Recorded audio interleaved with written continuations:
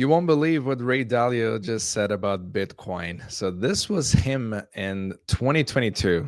So allocating up to 2% of your portfolio into Bitcoin is reasonable. So basically he had a stance where, you know what, we can have a little bit, but not too much. Right. So he said on a podcast whether allocating 1 or 2% of one's portfolio to Bitcoin was reasonable. And he said, yeah, I think that's right. Dalio owns a little bit of Bitcoin himself, he previously disclosed. And he would say that Bitcoin has pros and cons. So, though it has become prominent, he told him he has concerns about a government outlawing the cryptocurrency, which is a typical argument, and about its use in ransomware attacks, also another very typical security argument used by people who don't study Bitcoin in depth. So that's why, in part, his stance on cryptocurrency isn't black and white. And you could also talk about diversification, right? So should we diversify, since we have many other things that are developing, not only other coins but non-fungible tokens like NFTs. It was pretty big at that time, right after the pandemic. So this was him 2022. Let's look at it now. He's basically urging investors to allocate 15% of portfolios to gold and Bitcoin. So what changed? So this is what we're going to be discussing today. Actually, people who read our Bitcoin intelligence reports, and by the way, we just released the report 2022, and you can see on the link on the description below. It's all about liquidity. It's all about what are the actual assets that are going to be um, to the other side of excess liquidity created by money printing and what comes to fiscal spending, but especially bank lending in the Eurodollar system, as we talk ad nauseum on this channel.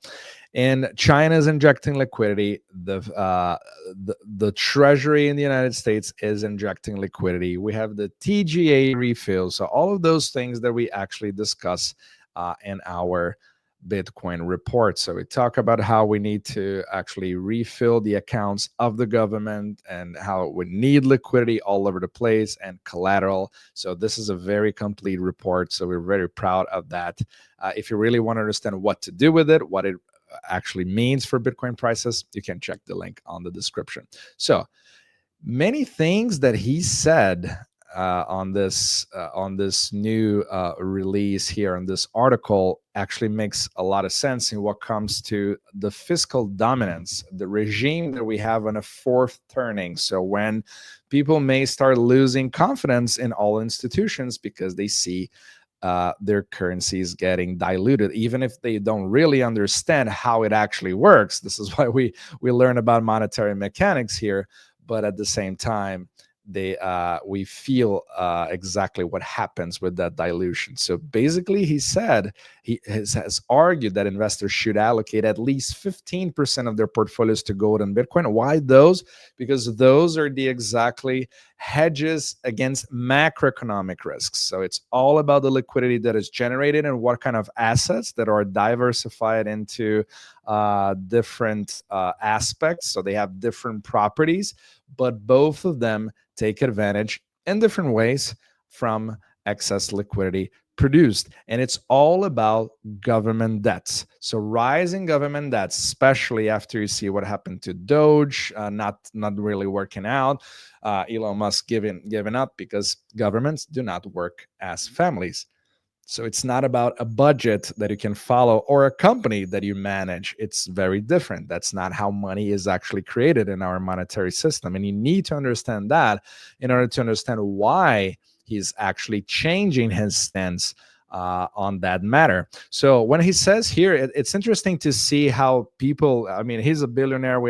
There are many things that we may or may not agree with what he says because it's not quite the way it works, but it makes a lot of sense, and why a billionaire would be concerned about that. So he said He argued that macroeconomic risks concerning rising government debts in the US and elsewhere have not been priced into markets. Not too sure about that. It has been, but maybe not the way that it would be. It's kind of an ongoing theme, depending on how governments actually act on it. There's a lot of nuances there. But the US government is spending 40% more than it takes in, and it can't really cut its spending.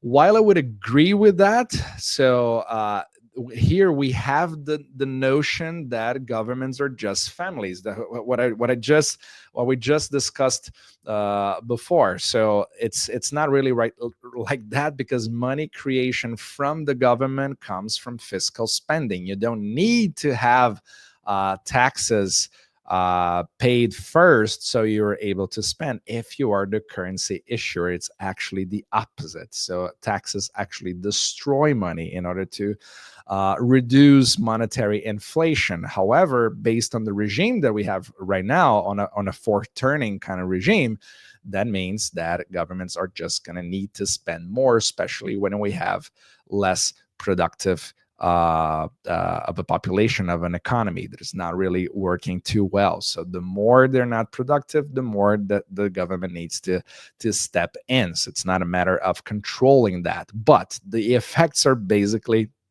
the same. So he kind of got the consequences right, but not the actual cause.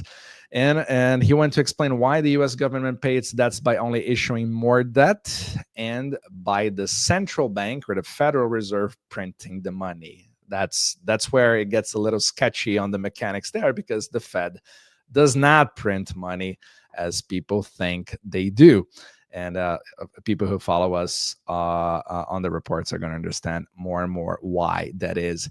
And this has created a situation where markets may become increasingly spooked, with Dalio suggesting that a trigger for a big crash could be another significant round of quantitative easing, or the government taking control of the Federal Reserve.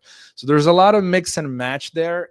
That's one of the big problems, because if you understand the monetary mechanics, that's why I push it so hard. You actually understand why Bitcoin can be a great protection against that, but not for the reasons one might think. Because a QE is literally not money printing. It does not change anything really. It does not stimulate the economy. On the contrary, we are on a QT regime right now. So why is he actually worried if the Fed is actually tightening the markets? It's because QE is actually happening right now, but not the way we think. It's not the Fed, it's the Treasury. It's all about bonds being issued. It's all about collateral. It's all about credit creation. So this is what really is going on. Maybe if the Fed actually starts QE, which I don't think it will be the case anytime soon, it could create actually the opposite effect, which is very counterintuitive. But the government taking control of the Federal Reserve, for sure, 100%. That's exactly what the Trump administration is trying to do. A lot of pressure, as we discussed in many of our reports. So Trump, and then you have William Poulton, and you have also Judy Shelton, and many others doing the same in order to pressure Jerome Powell to cut interest rates. So a lot of arguments there, and he came to the realization that nothing can stop this train. So it's always going to be about more and more fiscal spending, because it requires for that to happen. So that needs to be reserviced, and once more people actually get into, even though the logic is not really there, but losing trust is one of the problems that creates a cascade, and that creates some network effects, that creates a whole lot of adoption, not because you love the asset, but even if you don't believe in it, you may be forced to just be exposed, not because you have no other choice. So basically that's how it normally happens. So very interesting shift. So I would I'll put both links so you can have a look about both stances. So the 2022 and also the 2025 stances, and you see those changes coming more and more. So very interesting to see. And of course, let's see what happens, especially when you have ETFs, you have institutional adoption. You even had whales selling the 80,000 coin and prices not really budging. So very interesting scenario for what comes to liquidity for Bitcoin. Let's see what happens. Hope it gave you a little bit of a perspective. So see you in the next video.